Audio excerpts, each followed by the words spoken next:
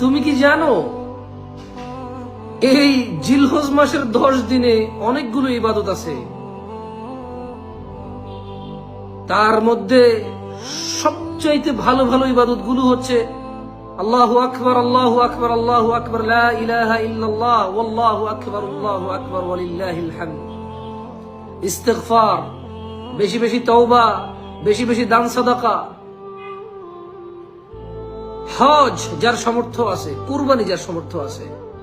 কিন্তু আল্লাহু আকবার আল্লাহু আকবার আল্লাহু আকবার লা ইলাহা ইল্লাল্লাহ আল্লাহু আকবার আল্লাহু আকবার ওয়ালিল্লাহিল হামদ আমাদের মধ্যে কয়জনে আমরা বলছি? অথচ জিলহজ মাসের 10 দিনেরই আমল এগুলো, শুধু কুরবানিটা দিতে পারছি না বলে আমাদের সবার মন খারাপ। অথচ আল্লাহু আকবার, আল্লাহর তাকবীর করা, আল্লাহর বড়ত্ব ঘোষণা দেওয়ার তৌফিক আমাদের অনেকেরই আছে, এই মুখ আছে বলার মতো, আমরা বলছি না। শুধু মন খারাপ কুরবানি না দিতে পারার, কারণ এর সাথে গোশত জড়িত আছে, স্ট্যাটাস জড়িত আছে, ইজ্জত সম্মান জড়িত